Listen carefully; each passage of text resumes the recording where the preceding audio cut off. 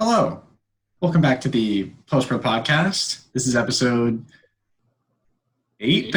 Yeah. Yeah, Yeah, I about something like right that. there. It feels like it's been a while.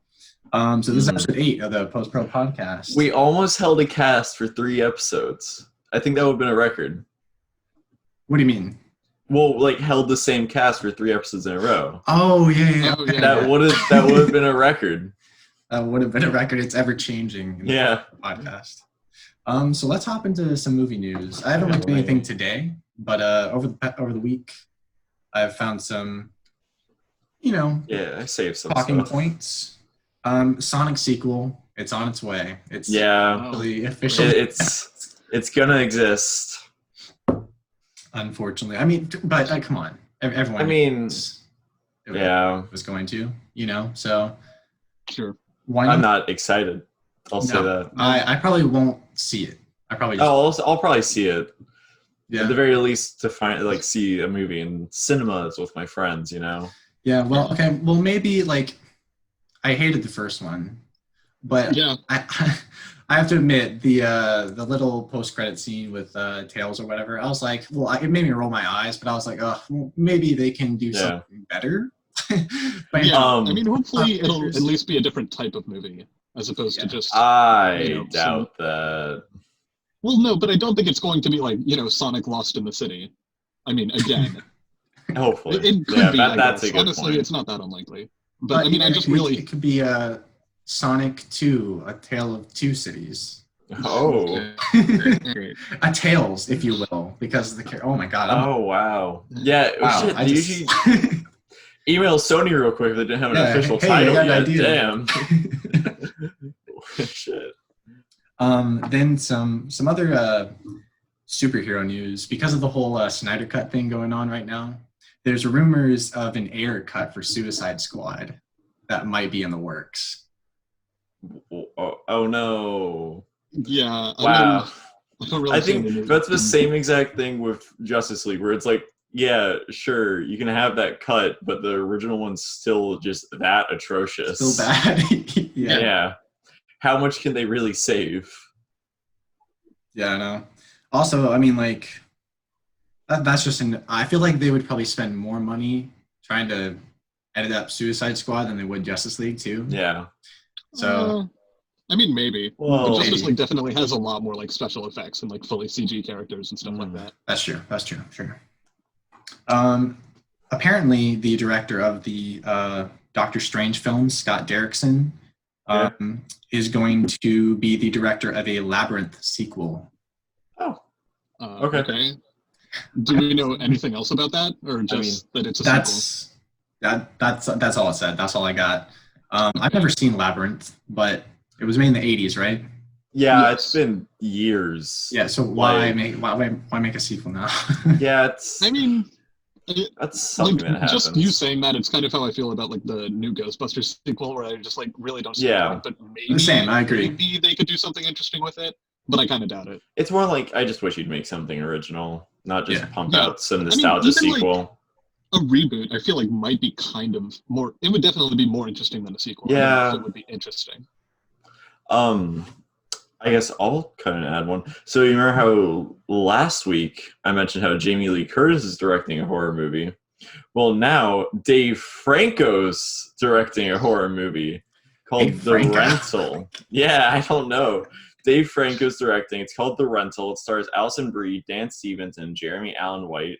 It's about 2 couples rent a vacation home for a celebratory weekend getaway that turns sinister. The old classic. Yeah. That just sounds like a dime a dozen film. Yeah, I mean, I don't know, but a lot of horror movies do. It could be interesting. Well, yeah. Probably won't be though. Mm-hmm. I wonder if Dave Franco's also going to act in it. The cast list is just those 3. Maybe I could see him cameo or getting. something. I could see him getting killed off first, and then just. He's the pizza delivery guy. yeah, making a cameo or something. Yeah, exactly. The poster's actually pretty cool. Oh, really? But yeah, look up The Rental by Dave Franco, and you might see the poster. I'll check it out. One I thing I thought was kind of cool. The Tom Cruise in space movie with Elon Yeah. Musk? Right. Doug Liman has announced as the director for that.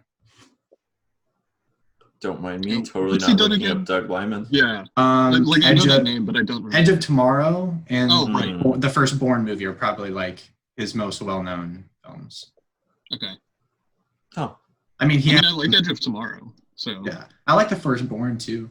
He also did Jumper. Yeah, he did do Jumper. I was about to say. And The Wall. Horrible. Yeah, he did The Wall too.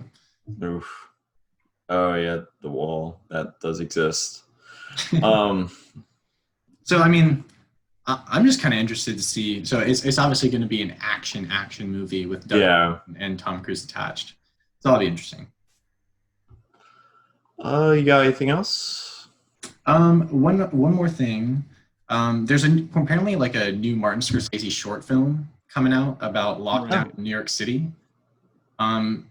There is an official premiere date, but it's supposed to be premiering on BBC. Cool. Yeah. That's odd. I didn't know it was premiering on BBC. I didn't know the rest of that though. Yeah, it says I'll give it a watch. BBC. Yeah.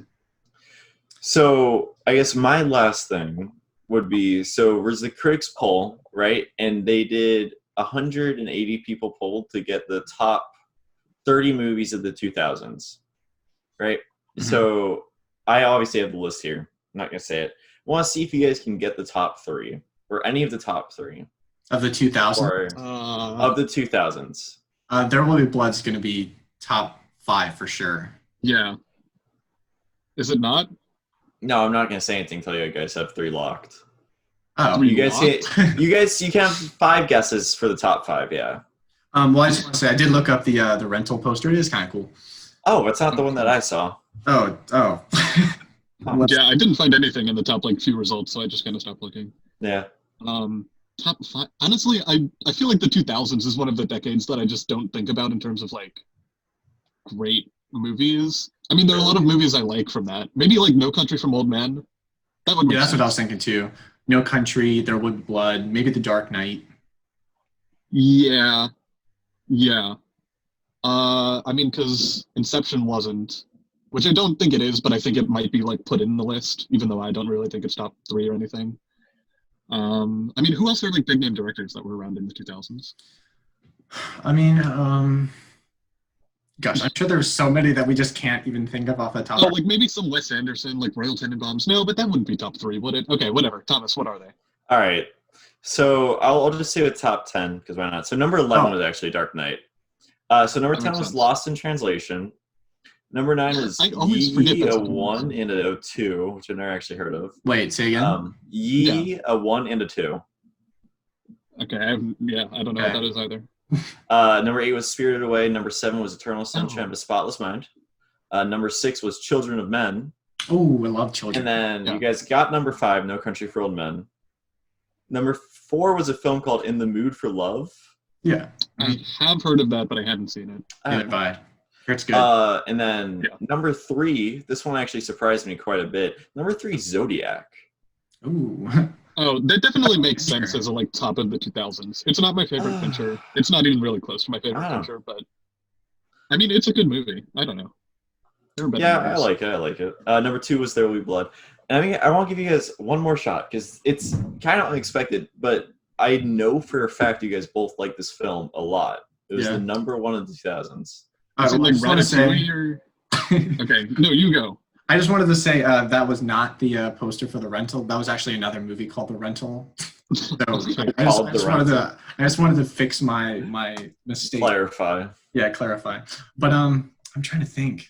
Top movies of the 2000s. Oh, I guess I could hold up the poster to my thing. Okay. Yeah, I mean, honestly, the only other great movies that I'm if you can kind of see it, it's upside down man falling. Well. Okay. Yeah, I can kind of see it. There's a glare. It's kind of cool. Yeah. I don't know. Is it like Lord of the Rings? Well, no, you just Collin doesn't like Rings. Yeah. No, I don't know. Okay, just tell us. Come on. Is it Inglourious Bastards? It was Mulholland Drive. Oh, okay. Why didn't we think of that? Yeah, no, obviously. That makes sense. Yeah. So that got number 1 out of the critics poll. It was kind of unexpected for me. I don't know. That's awesome. No, So I no definitely think, conclusions. Schenectady, New York, Schenectady, New York, Schenectady, New York. Schenectady, New York is not actually on there, and another one that's missing is actually Schenectady, New York. Never okay. heard of I it. mean, I honestly agree with you. I think that is probably one of the best movies of the 2000s. But yeah, I mean, I guess it makes sense it's not on there. Yeah, no. That's just me making a joke. Oh, and then another one that's No, not I on there know, is but- Anomalisa. And then Anomalisa, don't forget about Anomaly. All right, dumb jokes aside. Yeah, Well, interesting I list. mean, you joke, but it's a good movie. Okay. Yeah, I like it quite a bit. Dogville is number 29. Hurt Locker was 28. Old Boy 27. Yeah, some good stuff. Yeah. Yeah. You know, Obviously. bringing up that list actually reminded me. I meant to tell you about this last week, but I forgot. John Campea did a recent video where he ranked all the films in the $1 Billion Club. They're like 46 movies all time that have made more than $1 billion at the box office. I thought it was kind of interesting. I don't remember his ranking, but I decided to do my own. Mm-hmm. I think Dark Knight was number one for me. Which one? The Dark Knight. Oh, it made $1 That makes billion. sense. Wow, that makes sense. That Yeah. made $1 billion. It really is that good. Well, yeah, that too. Yeah, I'm trying to pull up your $1 list just so I can billion because you plus. have a list on Letterboxd, right, Colin? Yes, I'm actually trying to find it right now as well. Yeah, me too. I can just link this real quick. Is there a chat? Okay, There's a chat. You can just use that. You're gonna have to turn off your ad block though. Wait, what is it? I put a link of films in the $1 Billion Club. Apparently, I don't have to turn off my ad block, but okay. Oh. Yeah. Really? Alice in Wonderland made $1 billion? Oh, that totally makes sense, though. Yeah. I mean, like, it's the first, like, really big CG thing. It's by Tim Burton. It's, like, a very popular, I mean, not very popular, maybe, but a popular enough franchise. It's a lot of Disney movies. I mean, like, Disney movies. Also, there's a lot of, like, Star Wars and stuff. Mm-hmm. The only one that could even come close to me for Dark Knight probably would be Skyfall so far that I've seen. I had this is just going, but from like score I give, I had Zootopia ranked number 2. I really like Zootopia. Guys, yeah, my bad. Number 1's obviously Minions. Yeah. Lord of the Rings is on here, although it looks like it's only Return of the King. Yeah, I've seen a bunch of superhero out of movies. 46. Yeah, the annoying thing about this is you have to scroll. About the article, I mean. Makes sense. The Last Jedi, that's definitely number 1 for me. Okay, any other news? Sorry, I'm looking at the article, so I can't. That's okay. Yeah, I was looking at my own list too. Yeah, all right. That's all I got. So why is it not? I don't know, Thomas. No, there it is. It had minimized stream for a reason. All right. Okay. I guess I didn't really see that much news in general, but yeah, I guess mean, like, it's slowing down. HBO Max launched like within the past week, but I mean, none of us have it, so it's not really newsworthy, I guess. I don't know. Well, I mean, everything like news right now is not movie. Yeah. Particular, you know. Or, I mean, it's just like new streaming stuff. Like I see that all the time. But yeah. All right, so let's move on to what we watched over the past week. Who wants to go first? Noah? Do you want to go? Okay. No, I'll go for it. All right, so I think the last thing I talked about last week. All right. So I started off rewatching Toy Story 2, which, so it was released in 1999, which I think is universally considered like a big year for movies. And originally I kind of had it low on my list, but on the rewatch, it really just kind of, like I realized, this isn't like a really good movie. It's like a masterpiece and maybe the best Pixar movie. So it really shot up in my rankings. Yeah. And I mean, obviously, I'm sure all of us are in the same boat where we grew up watching it a lot and probably haven't rewatched it in a couple of years. But I just think it's a really good movie, not only in terms of like, I mean, obviously, I mentioned a couple of weeks ago that I rewatched Toy Story and the animation in that is bad. Yeah. And it's like I know it gets a lot better too. Like it's obviously not the best in 2, but I think like the increase in quality is the biggest between 1 and 2, whereas between like 3 and 4, like you don't really notice. Yeah. Even though there is definitely an increase. How would you rank the Toy Story movies? So I'm planning on rewatching 3 and honestly 4, although I guess I saw that a couple of months ago. But I'm planning on rewatching them soon. But I would say 2 and then probably 1, but maybe 4. Those 2 are about the same for me, both like really good. Okay. And then 3, which I think is good, but I mean, it's just like a pretty good Pixar movie. I don't think it's necessarily a great Toy Story movie. And if anything, Toy Story 3 is the one that I forget about the most. Really? That's actually my personal favorite. Huh, okay. That's weird. I mean, I don't dislike anything about that movie. I know some people like, well, I guess maybe not, but some people like say they dislike the ending, and I don't know, like I like it well enough. I just like the other movies better. Okay. And then I watched Ong Lee's Ride with the Devil, which, okay, so, I mean, it's a Civil War movie, directed by Ong Lee, written by James Seamus, who is the Is that how person you pronounce who wrote, it? Is I it don't know. Ong Lee or is it Ang Lee? I honestly don't know. Oh, I For a don't lot think it of, really like, matters. Yeah, for a lot of foreign directors, I just kind of like hear a pronunciation one time and then I just go with it, even if it sounds wrong, because it's not like I really know anyway. What was I saying? Oh yeah, written by James Seamus, who's the guy who's written most of his movies. So Ride with the Devil, the interesting thing about it is it's one of the lowest grossing movies with the ride release that I've ever seen. It grossed like less than $1 million, Wow. and it was released in 1999. what was its Dang. budget? I can look it up, but I mean, it was like a real bomb. It wasn't a huge budget because it's not like they had to do much. Like the biggest thing was probably the cast. It had Tobey Maguire, Jeffrey Wright, Jewel, interestingly, and I think one of her only screen performances. Oh, okay. Here we go. Wikipedia. Budget $38 million. Box office Oh, wow. $635,000. Oh my Jesus god. Christ. Like I an thought I insane heard box office. somewhere that Arctic Dogs was the lowest grossing film for wide release ever. Let me look Right. it up. I mean, I think- honestly, Animated, maybe. I don't know. Yeah. yeah, Or like no, it Strange made Magic. 10 million, but it still did lose $40 million. right. And yeah, it obviously didn't lose, like the Ride with the Devil I'm talking about didn't lose the most money because it's not like its budget was insane. Mm. But yeah, Well, I mean, That's a pretty solid big budget, though. no, I know. I honestly didn't think it was that high. It's like Oh. 30 A24 movies, maybe more. Yeah, no, it's weird. I'm trying to figure out why exactly the budget was that high. Because, I mean, it's just like a Civil War drama with the people that I said. Tobey Maguire, Jewel, Jeffrey Wright, and a few other Hey, big big paydays. actors. Yeah, but it was in 1999. Like, most of them Yeah. weren't big. I mean, obviously, Jewel was, and still is, mostly just a music person. I don't Yeah, know who okay, I don't Jewel is really at know all, what's- actually. Honestly, it feels like probably like a mishandle in marketing or something, and it wasn't released on Yeah. that many screens. But yeah, I mean, it's just like that's one of the strangest grosses I've ever seen. And it's a good movie. Like, it's not great. It's not Ang Lee's best, but I liked it. Okay.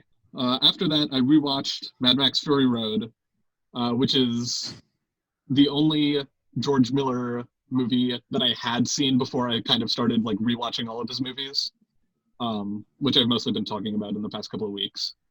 I still think it's his best movie. I mean, I haven't seen Lorenzo's Oil, No. but I doubt that's going to top it. I still have yet to actually Really? see the original Mad Max films. The only Yeah, one I'm not Yeah. either. Fury Road. Honestly, okay, so I can't remember exactly when I watched Fury Road the first time. It was not in theaters, though. And like, I put it off for a while because I was like, maybe I'll watch the other ones first. And then I started the first one, and it's so slow in terms of pacing that I got like 10 minutes into it, and then I was just like, wow, I'm really not into this. Yeah. And then, like, I did rewatch it later, and I came to like it, but I still think it's the worst of, not his movies, but of the Mad Max movies. Okay. And so then I watched Fury Road like a couple of years ago or whatever, and it was great. And then I rewatched Fury Road, still great, yeah. And then directly after that, Happy Feet 2, which, Yeah. oh god. Okay, wait, so did either of you look up the plot synopsis for this at all? No, I thought I heard it being about him not being able to dance, so he sings. Right, because I know that you mentioned that, and then I was Yeah. like, no, I don't think that's what it is, because like I looked it up briefly. But then when you actually watch the movie, God, it's so strange. Like, okay, so it starts Why out things get like, worse. so Elijah Wood has Thomas, stop, no, you don't spoil it, okay? So it starts out like Elijah Wood has a son, right? Fuck? Okay, and it's like, so Elijah Wood's son can't dance. So it's going to be like, it's going to be like the inversion of the first Happy Feet. Like Elijah Wood has to teach his son how to dance, or how like we have to learn to accept people who can't dance instead of people who can't sing, which is just like a reverse of the first movie. But then like, I mean, like it's so mind-boggling. Like I don't even know where to start next. Like Matt Damon and Brad Pitt. Matt Damon's in it? What? Matt Damon God. and Brad Pitt play a pair of krill who are the only like speaking krill in the movie, and Brad Pitt tries to like become a predator and like because krill are like the bottom of the food chain. Yeah. And then and they're like elephant seals. Fuck. And whatever. That takes like too long to explain. But then the end of the movie is like, so the penguins and the elephant seals are all dancing to like break an iceberg that's like trapped them in, like landlocked them basically.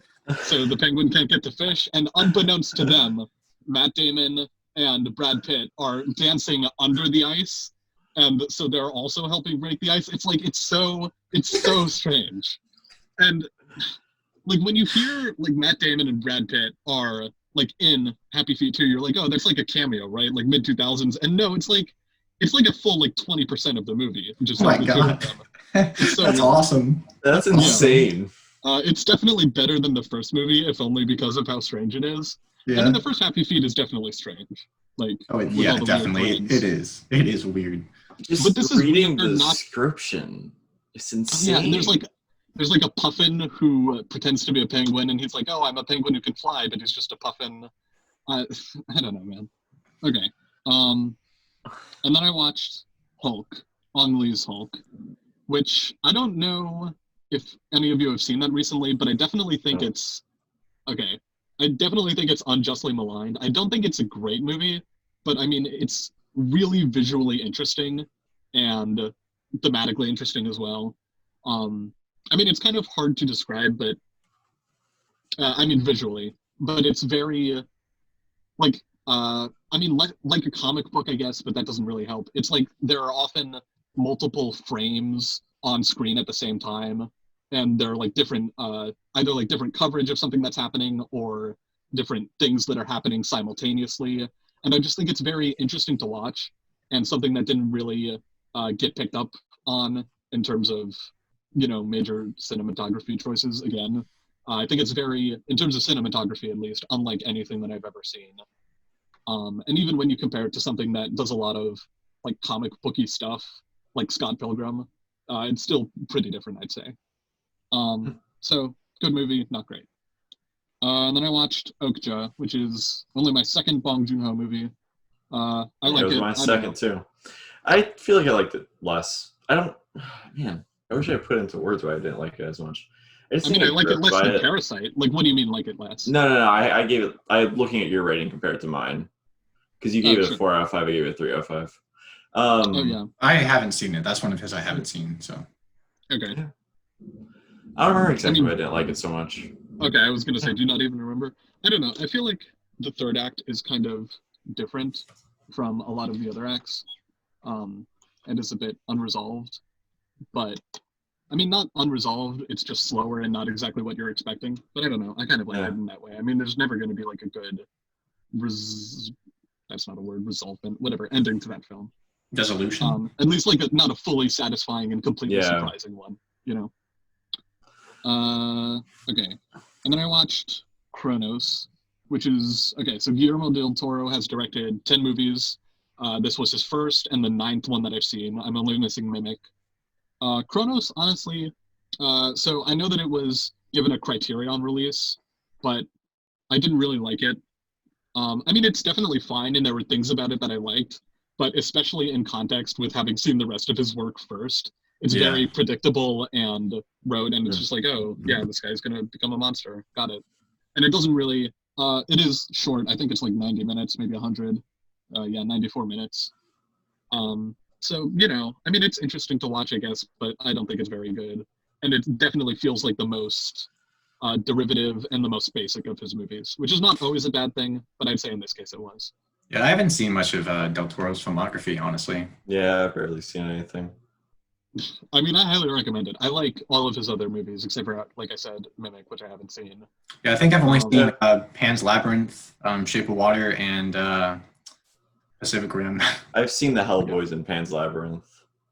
Yeah, I mean, and he's like Pacific Rim and Hellboys, and he also made like Shape of Yeah. Water. I don't know. He just Yeah, has a yeah. really interesting filmography. Right. He's an interesting character.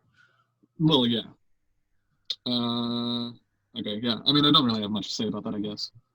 Okay, and then I rewatched The Lord of the Rings, which I started like at night, and then I was like, yeah, I really can't finish this because I watched the extended cut, and then I finished it like over the course of the next day. The extended cut is like 3 hours and 48 minutes, but okay, right. I just remembered this. So like it's 3 hours and 48 minutes, but like a full 15 minutes of the credits are dedicated to like a Lord of the Rings fan base, and it just like lists all of their names. I think it was like an early internet community or something. I Really? didn't actually look it up. Wow. But I just like Wow. when the credits started, it was like there were 25 minutes left, and I was like, wow, that's a really long. Holy cow! Credits. And then I That's just like insane. started skipping, like maybe they have like bloopers or something, I don't know. And then yeah, it just like got to a list of names, and I was like, what the yeah. So that's weird. I don't know if it's at the end of the other extended cuts because I haven't rewatched them, so I'll have to see. I mean, honestly, about Lord of the Rings, I don't really think I have much to say that hasn't been said. I think if you're into high fantasy, you'll like it, and if you're not, then you won't. And I'm into high fantasy, so I liked it. And it's definitely unlike.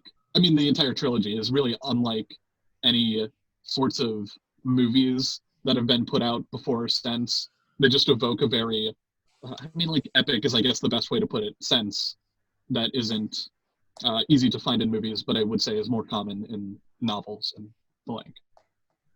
I mean, Colin, do you want to speak on that at all? You don't have to if you don't want. Not really. I think we discussed a little bit before you hopped on the podcast. Yeah, I think so too. Uh, Okay, and then I rewatched Magnolia, which, okay, so Thomas, I noticed your second review where you said like, oh Yeah. wow, like this really jumped up on the second watch, mm, and it like really did for me too. It's I don't so know, it's so good. strange.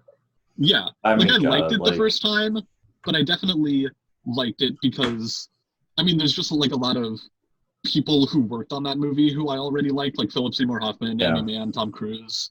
Like I really liked their work before, and I was like, you know, this is like good performances / music by them. And so I liked it the first time. I mean, like I rated it 5 out of 5. I don't know.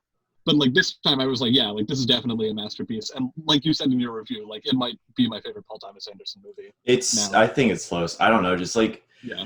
I feel like it's like a tie between that and There Will Be Blood, and Punch Drunk Love is just a little bit higher. Yeah, which is pretty much how I mean, Magnolia is the only one I've rewatched. So, Mhm. you know, I'm I gonna have still need revisit to them. rewatch There Will Be Blood. Sure. Really want Yeah, to. and honestly, I don't know if I'll rewatch them soon. I was just kind of feeling like, actually, I was listening to the soundtrack a lot, and then I was Mhm. like, you know, this is a good soundtrack. I might as well rewatch the movie. And then I did, and I was like, wow, really good. Like that film just flies by too. Just Oh yeah, how it's how so weird. engaging and like pulling it is. It's amazing. I mean, it Great film. definitely helps that there are like 15 plot lines or Yeah. whatever. Yeah. That's number 3 for me, Paul Thomas Anderson. Right. I think right now right now, as of the last time I updated my rankings, it was number 5. Maybe a little really? higher. Yeah, because I really like Inherent Vice, which I don't think either. I mean, I Mm. think both of you like it, but I don't think either of you would really put it in your top 4. And then like I Punch gave Drunk it Love- a solid 8, but it's number 6 for me. Right. I'm trying to find my list now. Whatever. It doesn't really matter, honestly. I like all of them except for I don't like The Master as much, and I don't like Hard 8 as much. Oh man, because the Master's number 2 for me. I love The Master too. That's one that Number flips between number 1 and 2 for me. Yeah, I think we'll definitely talk about this sometime. I mean, like it seems very unlikely that we're not going to cover a Paul Thomas, like at least one Paul Thomas Anderson movie. 4. Wow. But I feel like, okay, yeah, exactly. I mean, I just Um, watched them all this past semester in one of my classes. Yeah. So I guess I don't know. What was I gonna say? Oh yeah, about The Master. I don't know. It was the last one that I watched, and it just felt very similar to There Will Be Blood for me. And I was like, I mean, There Will Be Blood is much more flamboyant, I guess. Yeah. And so I just ended up, I don't know. It just didn't really work for me. I mean, it's a good movie, obviously, and a lot of people have it as like favorite of the past decade or whatever. Um, okay, and then I rewatched Inside Llewyn Davis, which I mean, obviously we'll talk about more. It pretty much hit the same for me, like in terms of emotion, in terms of how good I thought it was. Yeah, and then I watched later that night, which was yesterday probably, The Man Who Wasn't There, which is the 17th Coen Brothers movie that I've watched out of 18. Oh, one more. And the second one that I didn't like. So it's a noir, first of all, and it's in black and white. And I feel like, I mean, that honestly kind of like describes the whole atmosphere of the movie. Like, it's a very nihilistic and bleak film. And for the Coen brothers, well, I mean, for anyone, but especially for the Coen brothers, it doesn't really have much of a sense of humor, which obviously is similar to No Country for Old Men, just in terms of like general descriptions. But I don't know, there just wasn't really much there for me in terms of, I mean, like, even the plot line is pretty simple. And the tagline is like, the more you see, the less you really know, which, like, when you watch that movie, at least for me, didn't really make sense because, like, it is a very typical Coen Brothers movie where, like, you start learning more stuff as it goes along.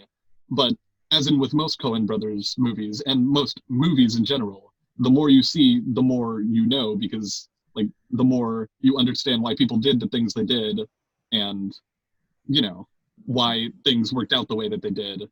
And I don't know, it just, I feel like it's trying to be, yeah, well, and I feel like it's trying to do a little bit of the, like, unreliable narrator thing, which doesn't really hit until the last, like, 20 minutes, and even then it does not hit hard at all. Like, it just doesn't really try for it, I would say. At least, as hard as a lot of other movies do. Like, even Synecdoche, New York is, like, more of an unreliable narrator than this. And he's not that unreliable. Obviously, he's not a narrator in, the sense that he narrates. Yeah, okay. I thought you just meant the ending for a second. Well, yeah, that too. I mean, just like there's a lot more ambiguity in Synecdoche than there is in The Man Who Wasn't There. I don't know. It's very straightforward. It's not very interesting. Yeah, I mean, honestly, I like it less than The Lady Killers because at least for The Lady Killers, like, Tom Hanks is doing something interesting, and so are, like, a few other people. But yeah, I mean, not good. And that's it. What's up, guys? And we're back. All right, so this was a slower week. I was doing other stuff, including school, and totally not playing way too much of a game, but that's okay. So I started the week off with Place Beyond the Pines, which I don't think either of you have actually seen. I've seen it. No. Oh, you have? No. Oh, we also gave it the same score. I wonder if we had the same issues with it. I definitely thought it was good. I thought there were a lot of shots where I was just like, I did not like this. A lot of the, like, through the woods motorcycle scenes and stuff. I would agree with that, yeah. And I also was really, really disappointed by Ryan Gosling's performance. Really? Yeah, I didn't like it. I thought it was good. Huh. Bradley Cooper was the best part. Me too. Bradley Cooper was insane in it. He was so good. And I actually really liked the plotline of the kids, even though that was, like, a bit predictable, Yeah, that was where it lost me. The third act was really, actually really disappointing for me. Yeah. Huh. So I kind of flipped that. The first act was disappointing. The third act for me, I enjoyed. I don't think it was amazing, but Bradley Cooper in this film, though, was crazy good. I'm not really that big into Bradley Cooper, and I haven't really seen all the films he's in, but this one, he can be a really good actor, yeah. Yeah. And then followed that up with Casino Royale, which I rewatched with my family, and I mean, it's really good. I guess I didn't really have the list set out, but Skyfall is probably my favorite Bond after rewatching Casino Royale, because I didn't love the villain in Casino Royale. Don't remember what the dude's name is, the dude who plays him. It's been a while. Mads Mikkelsen. Huh?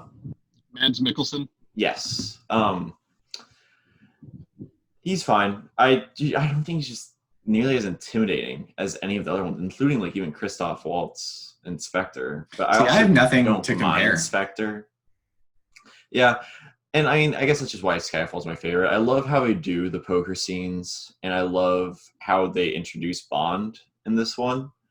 But other than that, it's still just a really good spy film, Yeah. Yeah. That's actually the only Bond film I've seen. I haven't Casino Royale? seen anything else yet. Damn. I've only seen You like it? Casino. Yeah, I think it's great. Yeah. What were you I've saying only now? seen Casino Royale, Skyfall, and the 2 Timothy Dalton films, which honestly I don't really Yeah. remember that well. And I mean, like you said, I like Skyfall more than I like Casino Royale. Mhm. And They were just haven't- like sprinkled throughout my childhood, where it's like I know I've watched them, but I could not name any of the ones I watched as a kid because it was like something where my parents would be watching them. I'd just sit down and watch a Bond movie with them. It was more like that for me. And then not actually a movie, but a Netflix comedy special. Whoa, Quirky Thomas. Right. But I watched Middleditch and Schwartz because I just kind of needed something funnier, a little bit to take off the edge. And have you heard of it?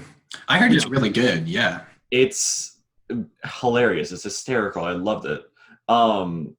So I'm actually a huge fan of Ben Schwartz, right? I don't actually like him in the Sonic movie, but I just love his brand of comedy. And I think him in the Sonic movie is his brand of comedy way too pushed for kids. But I think when it is stuff like Gene Ralphio or his character in House of Lies, well, not really a character in House of Lies, but I just think he's hysterical. And I love the little bits of improv I've seen him do over YouTube, and watching this long form special, it's amazing. Like one of the best parts is there's a point where they're finishing up the whole long form improv show sketch because it's 3 episodes of long form improv. So they're finishing up the 3rd one, and they end up doing it trying to finish it by explaining what situation they're in, and they both forgot everything they had been doing. And it killed me. And there were so many points that it was just a good way to take the edge off of kind of a stressful time. It was great. And then I watched Inside Llewyn Davis, which was the exact opposite. All right, Collin, your turn. I actually haven't seen, I don't think I've ever seen a comedy special. Really? Yeah. I've never seen a single comedy special. No. Wow. Maybe like clips. But I'm not much of a comedy special kind of guy anyway. Huh. Yeah, maybe you should check one out. I feel like I'm one of the only people who, at least like among people that I know, doesn't really like stand-up comedy. I mean, I just prefer like scripted comedies, I guess. It's not that I really think it's bad, but yeah, so I don't really seek it out that often. But I don't know. Yeah. Maybe I'll watch That's it. interesting. I have a couple on my watch list, I think. I really... Yeah. This isn't stand-up, though, right? It's very different. Yeah, no, I get the point, I guess. It's more so towards scripted comedy, just without the script. It's improv. Yeah. I do like improv.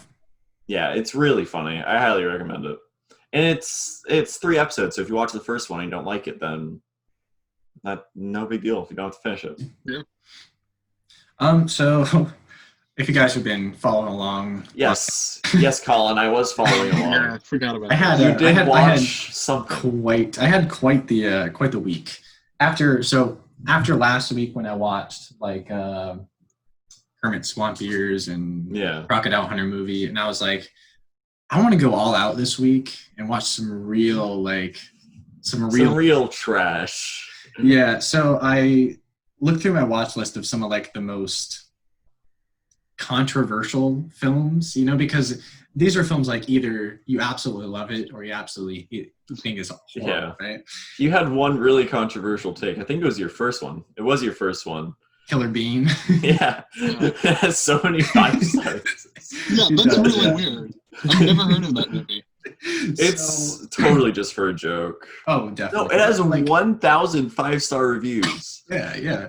That's insane. So I started off the week with Killer Bean Forever. This is a project that Jeff Liu did. It's pretty much made by one guy. I'm pretty sure he animated the entire thing all by himself and had just some friends come in and do the voice work and stuff.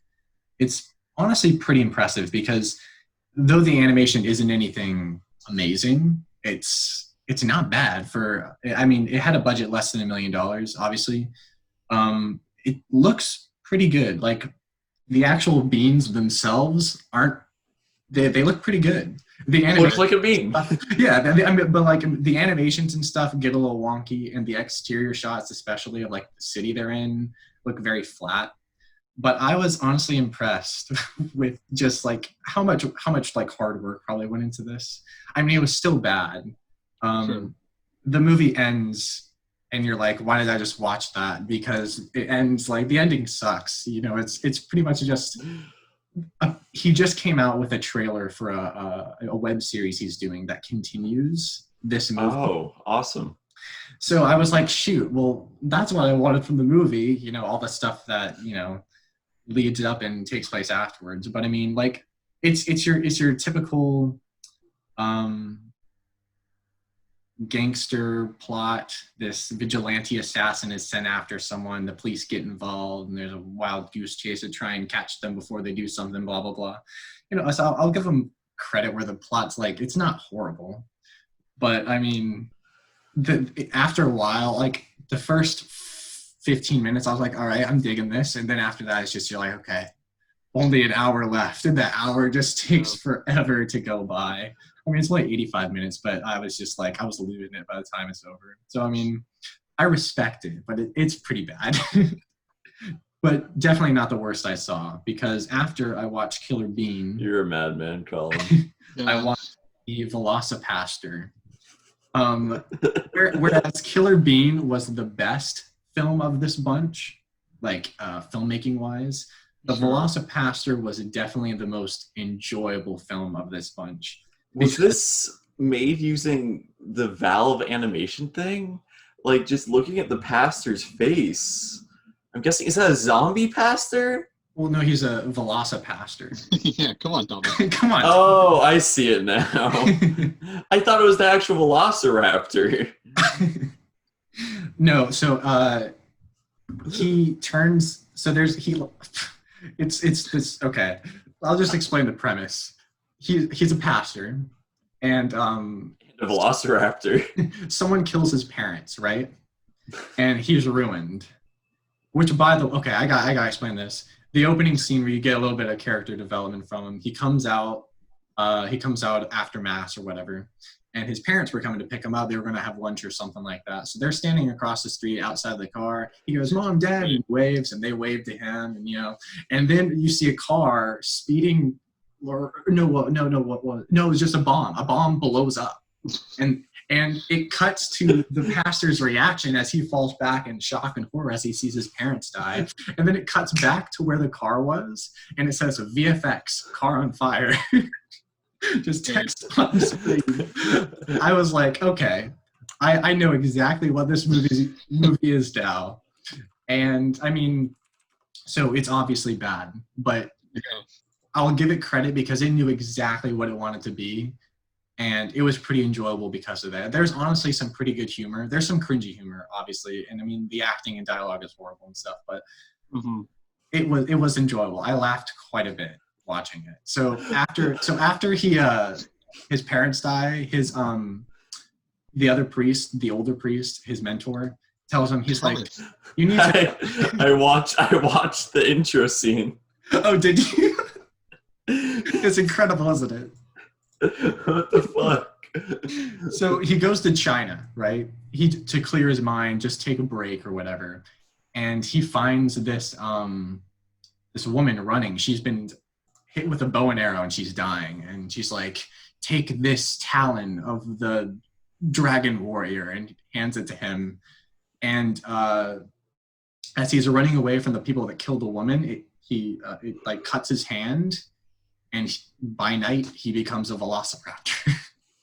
He decides to fight crime when he returns home. So is it just makeup, or is it It's makeup. VFX? Oh, it's makeup, and it was also like when he goes full form, it's one of those big dinosaur suits.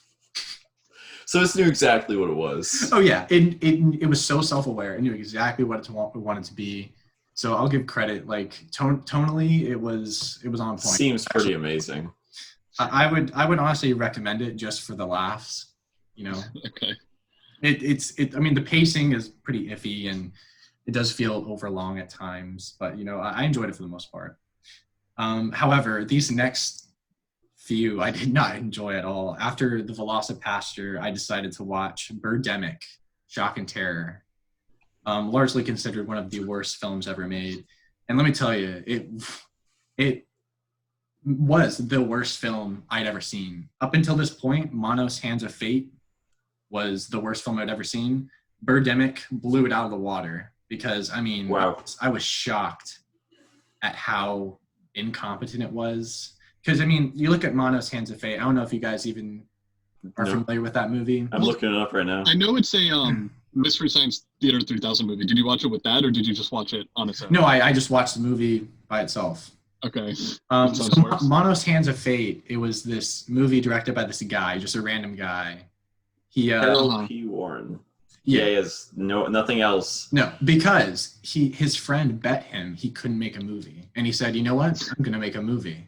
And he made Manos Hands of Fate. Oh my God. It's honestly like pretty admirable what he was able to achieve with little to no resources and no idea of like how to make a movie. Then I saw Birdemic and I was just like, Manos Hands of Fate looks like a freaking masterpiece compared to this.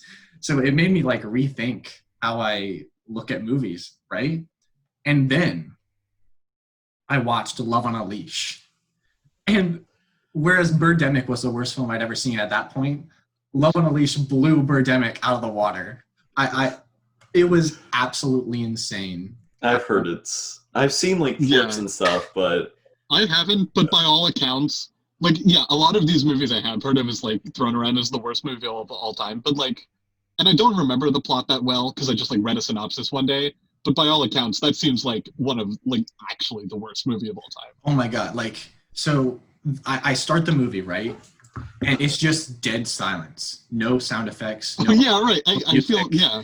And I was like, is my computer not working? Is my HDMI cable not working? So I restart it and I check the volume and everything, and it's fine. I'm watching 3 minutes of open credits, just no sound whatsoever. And all of a sudden, the dog starts talking, and it's, I mean, the mic levels are so bad. It's obviously peaking, and it scared the crap out of me because I was like, whoa, where did this come from? And the whole movie is like this. So transition shots always cut back to this pond with a duck swimming.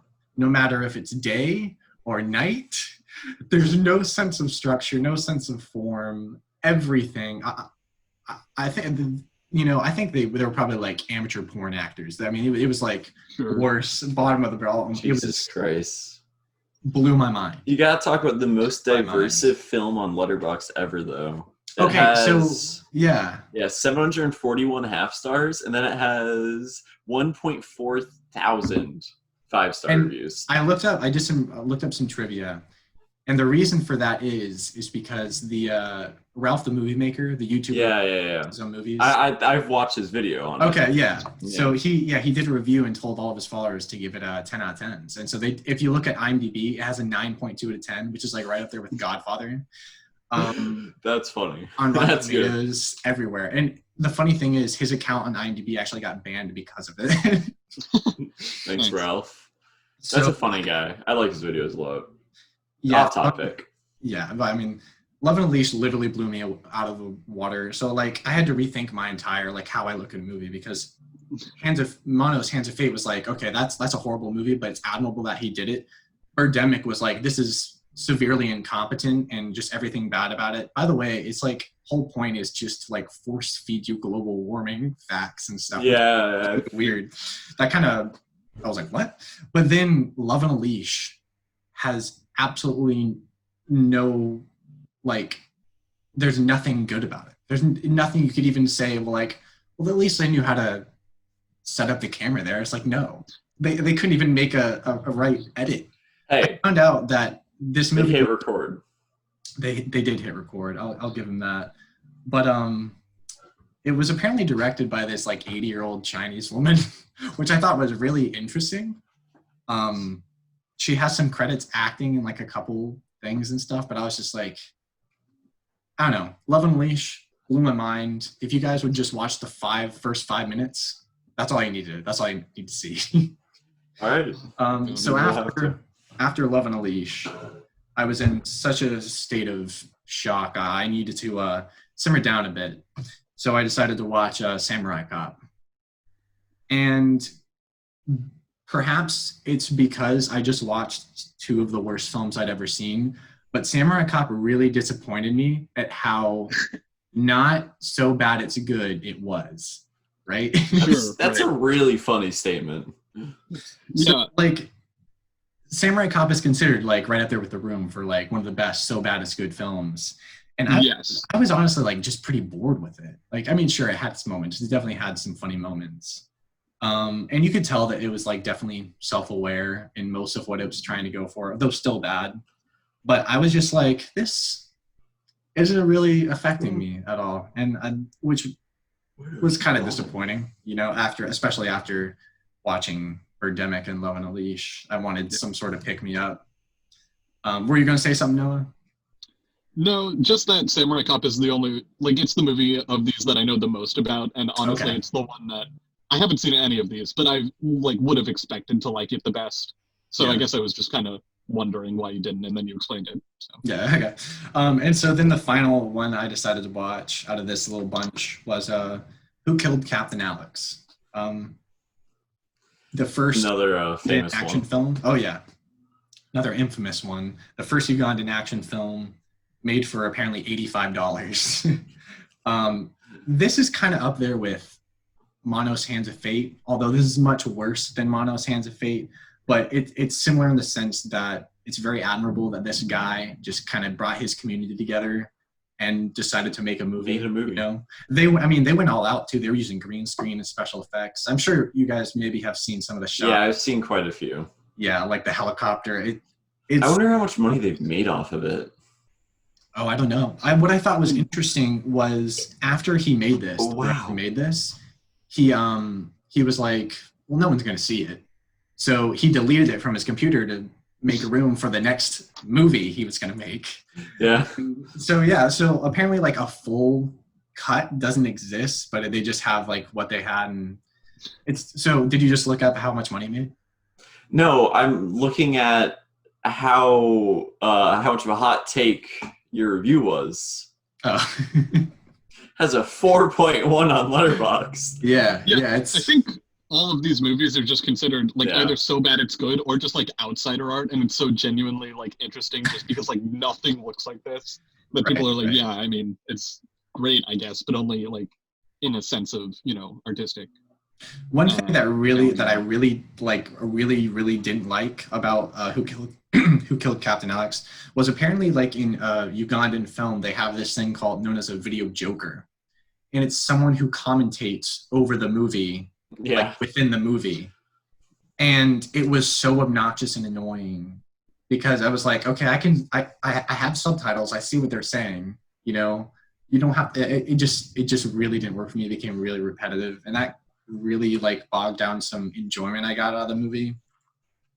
But I'll give it to him, like all the action scenes were not bad at all. Even the acting wasn't horrible, you know, maybe because they were speaking in a language I didn't, you know, verbally understand, but it was, you know, it was Who Killed Captain Alex. That's all I can really say. I can't find how much money it made. Yeah, I mean, it definitely didn't get like a wide release or anything, so I don't think it's going to be publicly available. Well, just if they had to like rent it or something. Yeah, but I mean, like, where do you watch it, Collin? I saw it on Tubi, which is free with ads. So they have to have paid them at least a little bit of money. I don't know. I'm just interested. Well, yeah, but I think a lot of like these types of movies, like extremely low budget, mostly like visionary, like same with like Tommy Wiseau and Frank D'Angelo and like those types of people. It's just like the director sell them on like their own website or like maybe through, you know, some eBay or whatever. So I don't think it's really like reported. Like if anything, it's self-reported, and obviously that's not accurate. So yeah, I did make a little ranking. I ranked the movies in order of enjoyability. So obviously number one was the Velocipaster, because that one knew exactly what it was actually funny. Number two was Killer Bean, because it was actually pretty funny as well. It had the opening scene is this huge like dance number, which was really cracking me up. Number three was Samurai Cop, because Samurai Cop, it knows what it's doing, and it has some gems in there. There's one particular scene where a nurse is flirting with the main character, and it just comes out of nowhere, and it's so direct. You're like, whoa, what is happening? And then number 4 was Who Killed Captain Alex. 5 was Birdemic, and then 6, of course, was Love on a Leash. Those last 2, especially, were just not enjoyable at all. I mean, if anything, Wow. it's the special effects in Birdemic that got some laughs because they're so bad. But so after I finished that up, which I was so happy to be done, by the way, I was like, just one more, just, you know, finally got done. I rewatched Inside Llewyn Davis, which we'll get to in a minute. Then I decided to watch another Coen Brothers movie because I have it on Blu-ray. I think we talked about this before, Miller's Crossing. I was actually kind of disappointed by it. I thought it was all right. I just found it kind of boring. I think the main thing was I didn't really care for any of the characters. I never felt invested into them. I know it's supposed to be a noir, so it's like not the most likable characters. But by the end, I was like, okay, you know? No, I definitely get it. I think especially for a Coen Brothers movie, I mean, they're fairly down to earth. And I mean, like, boring characters, honestly. Like, I don't think it's really the characters that are what I liked about it so much. I think it's more just like the general, I don't know, like I really like noirs, although apparently I didn't like The Man Who Wasn't There, so yeah. I don't know. maybe it's the same thing in there, I don't know. And then I watched 28 Days Later. I have the 28 Days and 28 Weeks Later Blu-ray. I picked it up for like $5 a while ago. And I really did not like this. Yeah. I thought it was... It's a really low score. Yeah. Yeah, I like the intro. I like the world it sets up and the atmosphere and all. The action scenes are, you know, exciting, although they're extremely overcut and overshot. That was rather annoying. But that was another thing. I didn't really care about the characters at all. And after a while, I just got bored. I didn't even think the performances were all that good. You know, you have some good names in there, and none of them really blew me away. I think I want to rewatch it, though, down the road. Just sure. Now that I know what I'm getting into, you know? Yeah. I mean, I think the main reason, I mean, you said this in your review, like the main reason that you feel like you didn't like it is just because it was like over-edited and overshot and stuff like that. Yeah. I mean, I feel like that's the main reason that I did like it so much, because with a lot of like zombie/horror movies is very, I mean, I guess like, well, I mean, like overshot is maybe not even a good way to put it, but like a lot of horror movies are more, okay, now I'm struggling with words, but so there's like your Blair Witch Project, which is really like, you know, overshot and over-edited, but very intentionally because it's like a found footage. Yeah. And stuff like that. And then there's like the opposite, which is most horror movies, which is just like, you know, slow-paced and like dark lighting and stuff like that. And I mean, honestly, I'm not trying to defend 28 Days Later per se. I'm just saying that I liked it because it's different from a lot of horror movies. Sure. And that it just... And I did read that apparently like this was the movie to kind of reinvigorate the zombie subgenre. And it like was one of the big ones to introduce the fast zombie thing. So right. I thought that was interesting. Yeah. I'm sure at the time this came out, people were like, ooh, that's new. That's fresh, you know? Yeah. I mean, I do actually like it considerably more than you. Like, I think it's, I mean, I don't know. I've only seen 6 Danny Boyle movies, including Yesterday, which is definitely one of his worst movies. Yesterday was awful, man.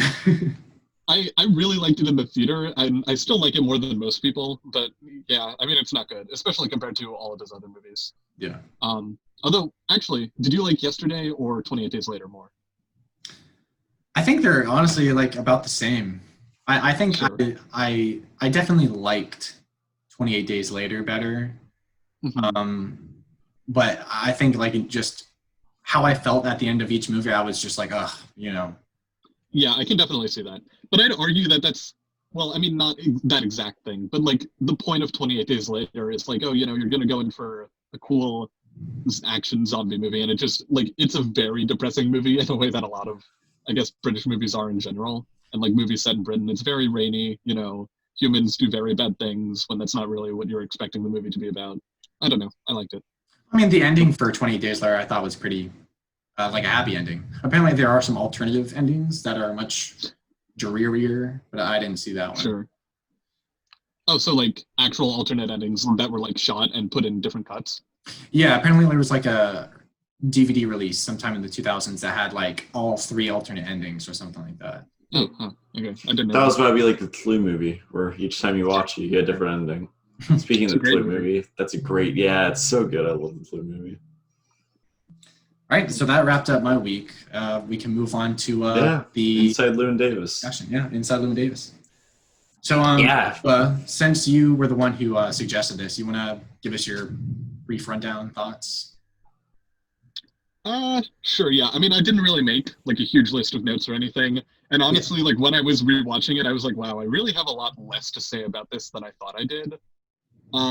So the reason I chose it was, I mean, like I said, I like the Coen brothers a lot. And the reason I chose Llewyn Davis specifically was because it's pretty indicative of their style, but it's definitely not the most like goofy Coen brothers movie ever. Which a lot of their movies are. And honestly, I tend to like their like weirder, funnier movies more than their like more dramatic movies. I talked about how I don't really like No Country, but I think, well, not don't like, but like it less than a lot of other people. Sure, yeah. And I think Llewyn Davis does a pretty good job of balancing humor and drama, probably more than any other Coen brothers movie, to the point where you can't really put it in one box either way. I mean, like, honestly, I have a lot of other stuff I could say. Like, I really like the cinematography. I think that's, like, it's very interesting cinematography, just like the color grading and the sort of smudginess of the whole film, which is really something that I think hasn't really been seen before or since, and isn't really in any other Coen Brothers movie even. This just reminded me, I really like the editing in the movie. It's very abrupt. Yeah. He'll be in the middle of doing something, and it'll just hard cut to something else. And I liked because it kind of I guess emulated his mindset or what he was like going through, because he's got some problems, obviously. I think his character is probably the most obviously like the most interesting part of the movie, and just his kind of journey, the odyssey of him going through kind of runaround things. It's probably the most interesting Coen Brothers character I've seen, too, just in general. Yes. Like, he's definitely the most well-developed. He's maybe not the most interesting. Yeah. I mean, maybe the most interesting would be Anton Chigurh, but definitely the most well-developed. No Country. Oh, yeah. Sorry. Yeah. Anton Chigurh? Sugar's his last name? Chigurh. Chigur. Oh, okay. It sounded like sugar, so I guess that's why I was confused. Yeah. Anton Chigurh. Indicative of traits. Yeah. And I mean, I think there are a lot of Coen Brothers characters that are, I mean, like I said, I guess funnier. And so I think they're more interesting in that sense. But Llewyn Davis is very interesting. I don't know. I don't even know why I'm disagreeing with him. Because every scene he's in, you just get something from his character, whether it be like from the smallest like gestures he makes, or just how he responds to someone. He's really a narcissistic jerk. Yeah. I really like the Hey Mr. Kennedy scene, not only because that song's awesome, and I mean just seeing Adam Driver go like outer space is hilarious, right? But when Llewyn Davis is warming up and stuff, and he asked Justin Timberlake, he's like, who wrote this? Like, I did. He's like, so it's scenes like that, you just get so much out of his character, and just the little bits of dialogue, little bits of performance and stuff. And I really like that, it's obviously written really well. They're just like all the themes that they play into and how the characters talk to each other and all that. Yeah. And I think it's... Oh. Okay. Yeah. I think it's the most thematically resonant and probably thematically interesting Coen Brothers movie, where it is about, cyclical nature and sort of karma, I guess, like how if you are acting, mean-spirited, then bad things are going to happen to you, for lack of a better way to put it, I guess. Yeah. It's definitely a movie that does a great job at, like coinciding to the idea of everything in a film matters, because every single line of dialogue means something here, even if it's just like some regular conversation. It has like an overarching way it ties into the themes. It does that really, really well, because the actual plot progression of the movie, some might deem as boring because you kind of just follow him along. Yeah. You know, just kind of doing whatever. You know, you just see his life, and it's very cyclical, like you said. You know, especially when it comes to the ending, which I want to discuss a little in more depth here in a little bit. Yeah, the ending didn't fully grip me. Ending's probably one of my least favorite parts of the film. Honestly, I'd probably agree with that. I wouldn't say that it didn't fully grip me necessarily. I just don't think it's a great ending, and I just really like the Odyssey rather than, you know, how it closes. Right. Yeah. I would agree with that too. But I mean, just like everything he does, like for example, when he goes to Chicago, I'm at first, even though I'd seen it before, it's been a while, but I was like, okay, he's going to Chicago for his ex-girlfriend who had the kid. But then he gets dragged along with John Goodman's character, and then that whole thing happens, you know. And then he decides to go to the recording studio and pitch that, which that doesn't end up well either. And as he's driving back with that guy from New Jersey, he sees the Akron sign, and you're like, oh, he thought about it, because at that point he never really mentioned it through that entire portion. And then he just doesn't do it, and you're like, ugh. But it works, you know. Yeah, because that's just what they're trying to get out of you. It's just that, you know, that feeling of almost and like especially dread. Especially on the rewatch, there's so many things where you just like see it about to happen, and you're like, oh my god, no. Like this time, like when he left the window open, I was just tense for like the entire 10 seconds. And even, but it's also moments like that bring out this like absurdist sense of humor. You're like, ugh, because it's so relatable in that sense. That could very much happen, you know. Yeah, and like, how could you have known? I don't know. It's just great because like the first time you're watching, and it's like, you know, leave the window open. Why not? Who cares? Yeah. And then the second time, you're like, but if you just left the window closed, then none of this would have happened. Exactly. It is funny how the cat is essentially the catalyst to everything that happens, right? Mm-hmm. Yeah. Well, I think really it's very interesting how like everything sort of like Llewyn is in a bad mood because of the last bad thing that happened, and that causes him to mess something else up. Like, and I was just thinking of one example, but like when he's at the dinner party, also like he's in a bit of a bad mood, so he messes that up eventually. And then later when he's at the bar heckling the performer, what was the other one that I was just thinking of? I don't know, whatever. But yeah, there are a lot of examples of just like he's just thinking about the last bad. Oh, right. When he's in a bad mood, when he's visiting his sister because he doesn't have any money, and he's just like, oh, I don't know, just throw it out. And then later you're like, oh yeah, that was a bad idea. Yeah, why would you do that? Because it has merchant license or whatever. Yeah. It sucks to watch because you're like, this guy's an idiot, but you're like, but I like him at the same time. You know? Yeah. So it's a very human character, and you know, because you get that sense of humor, you get that sense of drama. It's very real, right? Yeah, exactly. That's why it's such a depressing film. Yeah, it's definitely, if you exclude things like Blood Simple, maybe, it's definitely one of the most real Coen Brothers movies. Mm-hmm. And Blood Simple just because it's, I mean, I guess a simple plot. But yeah. One thing I also thought of, which was a point where I thought was really funny, it's when he's on the phone at the subway station, and they're telling him to come do the studio session for Hey Mr. Kennedy. And he says, do I need to bring my guitar? And then you see a subway train come by, and then he's like, wait, no? And then you see another one come by, and it gets so loud because, you know, it's just like this guy's luck is terrible. Karma. And I thought it was, like, adding on to that, it just, like, abruptly cuts, like, after he says, like, what? And then it just, like, cuts to him not having his guitar. Yeah. And I thought that's really funny. He runs in, Instead of showing them, like, hanging up or whatever, and him being like, oh, well, I don't know. It just, like, immediately cuts. That's great. Yeah, it is. And then also, another thing I noticed on that phone call, like, they keep referring to the cat's gender on that phone call. Like, they keep correcting him. Like, he's calling it a her and it's a him, and I'm like, oh, well. That's just classic Coen, like, quips, you know, that are funny. Well, but it also helps because, like, they keep correcting him. Like, he thinks it's a her, and then later he picks up a female cat, not knowing, or not remembering, I guess, that their cat is male. Yeah, true. I didn't even catch that. Yeah, that's an interesting point. It's a good movie. Yeah, I think before we wrap up here, because we only have a little bit of time, the first time I saw it, I was much more in like engaged because I didn't know what was going to happen. This time around, even though I still didn't remember certain things, I did find myself getting a little bored at times. Nothing major, but I think the main thing that I still am not 100% on is the ending, like we discussed before. Yeah. The first time I watched it, I really didn't like it. I was like, oh, that ending kind of ruined, everything that came before in a sense. This time I like it better, but it still isn't all quite there, It just doesn't make sense for me.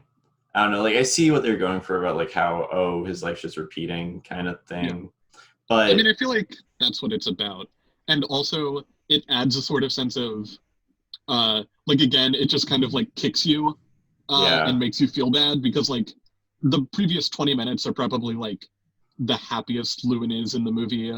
Like he realizes, their cat came back and there's something else good that happened.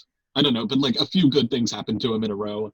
And then it ends with like the most brutal thing that happens to him in the entire movie, which is just physical violence. And it's also the thing that started the movie. And so I really think it enforces the themes. And again, like I don't love it, but I definitely liked it better on this watch. I would agree with that too. Good point. So I just had one thing I wanted to mention about the ending. I said before, like the first time I watched it, I didn't like the ending really at all. But this time I appreciated it more because I think I got the emphasization on the cyclical nature and sort of how like kind of depression, or just how like mindset and how karma affects you and blah, blah, blah, all that kind of stuff. So I definitely appreciate it more. However, I think I would have liked it, like the ending better, had it not been exactly like the opening. You know what I mean? Yeah. It was essentially the same exact performance. Mm-hmm. It was just with the same audience, the same song, shot, but he plays he plays another song. He does play another song, right? Which differentiates it a little bit. There are little things that differentiate, obviously.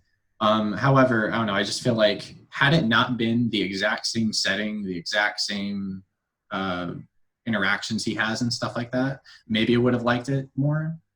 Sure. Just I definitely think that like the exact same thing happening makes it a little more fantastical, and it's obviously like the most fantastical thing in the movie. So I guess that's kind of why, maybe is why it feels a little out of place for me. Yeah, and I definitely agree. Like that's why I like thought it was weird the first time. I was like, oh, so it's like maybe magical realism or something like that. But yeah, I don't really know. I mean, that's the ending we got. So yeah, I mean, and it's not a bad ending whatsoever. So yeah, but yeah, I didn't like it quite as much as I did the first time, but I still think it's a great movie. Yeah, no, it's definitely really good. I don't think it fully grew to me, but no, I ended it and I was just like sad. So yeah, it definitely hits you with those emotions. It was a depressing movie. All right, so I guess it's my week to pick. We're kind of fully going back around because I guess you and Sebastian were technically the first people to pick. Yeah. So after you this week, I guess it'll start back with Sebastian next week. Would it start back with Sebastian? Yeah, because our cast is so. Noah. Mm-hmm. Yeah. All right. I think I'm not gonna choose the other Kaufman film. I thought about choosing Anomalisa, but I'm gonna do something different because Anomalisa is much more related to Synecdoche, New York than say this other one, but it's definitely still its own thing. I don't think it's just he didn't make the same movie twice. Kind of carries some of the same themes. But Synecdoche, New York has like 20 themes, and like I think that movie is literally you just like pick and choose which themes you want to take away from it. But yeah, kind of off topic. I'm gonna choose American Honey, my personal favorite A24 movie, because I'm very interested in what you guys have to say about it and what you guys think, because that was just a movie that just blew me away. Andre Arnold. Because I mean, I just finished that and it left me speechless. So I'm very interested in what you guys have to think. I love slice of life cinema in general. Just anytime I see that, and it's definitely an interesting take on a coming of age film.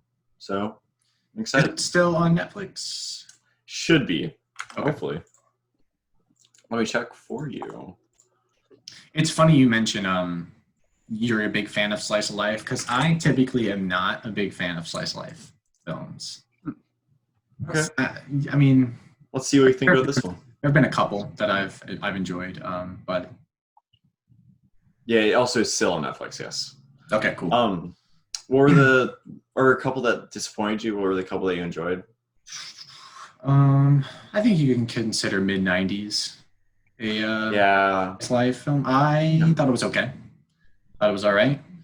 I don't know. It's hard for me to really think of examples off the top of my head. Yeah. One I really did like is a French film called La Haine with Vincent Cassel. That's one that I really enjoyed. Haven't heard of it. So. All right. Well, I'm excited to see what you guys think. I am really interested with you saying about the mid '90s things. I know you weren't the biggest fan of mid '90s, but just like I probably could have thought of this beforehand too. But it definitely still has that, A24 trademark feel, which Definitely, yeah. I feel like forward to it. while it's also not an A24 feel, well, it definitely is. It's present in like almost all their films. It's also just like a indie filmmaker feel in general. Yeah. But that's what A24 is. So I'm excited to see what you guys think about it. All right. I know it's a long one, so Yeah, it is 3 hours. But I personally find it incredibly worth it. But all right. Well, that's what we'll do. American Honey for the next episode. Post Pro Podcast, episode 8, coming to a close.